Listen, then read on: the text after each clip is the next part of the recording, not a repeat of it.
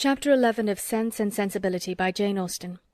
Little had Mrs. Dashwood or her daughters imagined when they first came into Devonshire that so many engagements would arise to occupy their time as shortly presented themselves, or that they should have such frequent invitations and such constant visitors as to leave them little leisure for serious employment. Yet such was the case. When Mary Ann was recovered, the schemes of amusement at home and abroad, which Sir John had been previously forming, were put into execution. The private balls at the park then began, and parties on the water were made and accomplished as often as a showery October would allow. In every meeting of the kind Willoughby was included, and the ease and familiarity which naturally attended these parties were exactly calculated to give increasing intimacy to his acquaintance with the Dashwoods, to afford him opportunity of witnessing the excellencies of Mary Ann, of marking his animated admiration of her, and of receiving, in her behaviour to himself, the most pointed assurance of her affection. Elinor could not be surprised at their attachment.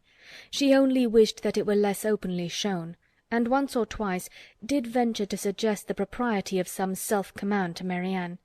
But Mary Ann abhorred all concealment where no real disgrace could attend unreserve, and to aim at the restraint of sentiments which were not in themselves illaudable appeared to her not merely an unnecessary effort, but a disgraceful subjection of reason to commonplace and mistaken notions. Willoughby thought the same, and their behaviour at all times was an illustration of their opinions.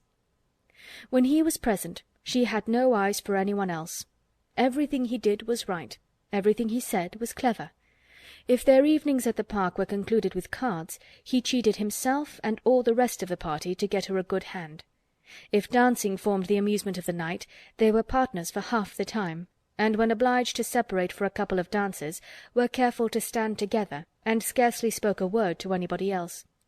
Such conduct made them, of course, most exceedingly laughed at, but ridicule could not shame, and seemed hardly to provoke them. Mrs. Dashwood entered into all their feelings with a warmth which left her no inclination for checking this excessive display of them. To her it was but the natural consequence of a strong affection in a young and ardent mind. This was the season of happiness to Mary Ann. Her heart was devoted to Willoughby, and the fond attachment to Norland, which she brought with her from Sussex, was more likely to be softened than she had thought it possible before by the charms which his society bestowed on her present home. Elinor's happiness was not so great. Her heart was not so much at ease, nor her satisfaction in their amusement so pure.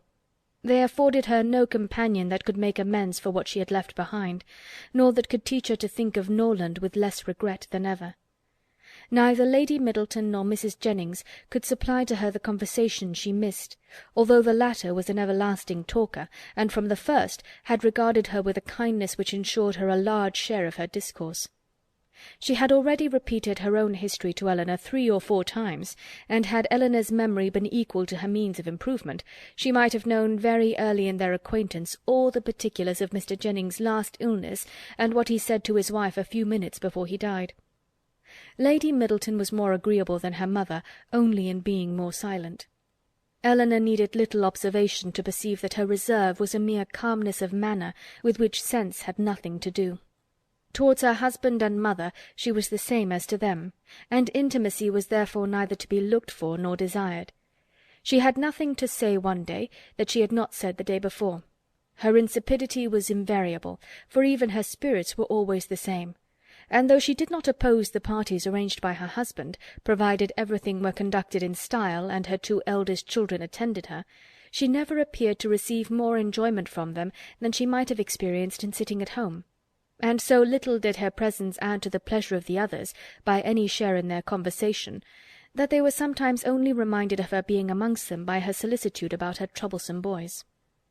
In Colonel Brandon alone, of all her new acquaintance, did Elinor find a person who could in any degree claim the respect of abilities, excite the interest of friendship, or give pleasure as a companion. Willoughby was out of the question. Her admiration and regard, even her sisterly regard, was all his own. But he was a lover, his attentions were wholly Mary Ann's, and a far less agreeable man might have been more generally pleasing. Colonel Brandon, unfortunately for himself, had no such encouragement to think only of Mary Ann, and in conversing with Elinor he found the greatest consolation for the indifference of her sister. Elinor's compassion for him increased, as she had reason to suspect that the misery of disappointed love had already been known to him.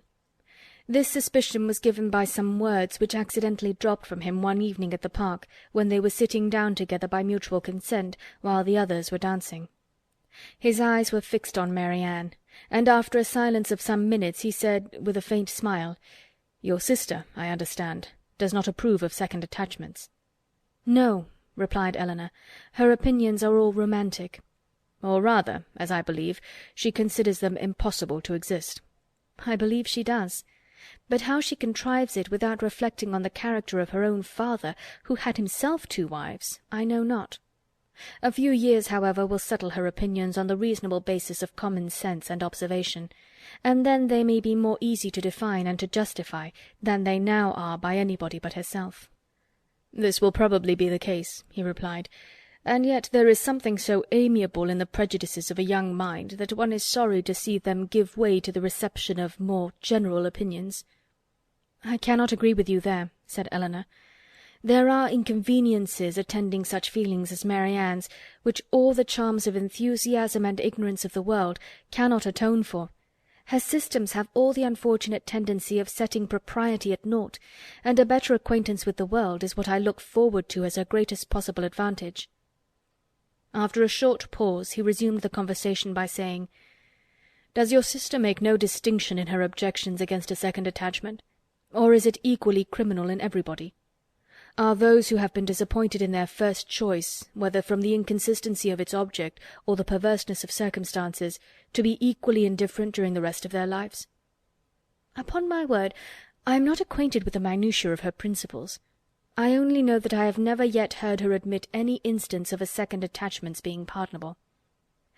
"This," said he, "cannot hold. But a change, a total change of sentiments— No, no, do not desire it. For when the romantic refinements of a young mind are obliged to give way, how frequently are they succeeded by such opinions as are but too common and too dangerous. I speak from experience. I once knew a lady who, in temper and mind, greatly resembled your sister, who thought and judged like her, but who, from an enforced change, from a series of unfortunate circumstances—" Here he stopped suddenly, appeared to think that he had said too much, and by his countenance gave rise to conjectures which might not otherwise have entered Elinor's head. The lady would probably have passed without suspicion, had he not convinced Miss Dashwood that what concerned her ought not to escape his lips. As it was, it required but a slight effort of fancy to connect his emotion with the tender recollection of past regard. Elinor attempted no more. But Marianne, in her place, would not have done so little. The whole story would have been speedily formed under her active imagination, and everything established in the most melancholy order of disastrous love. Chapter 11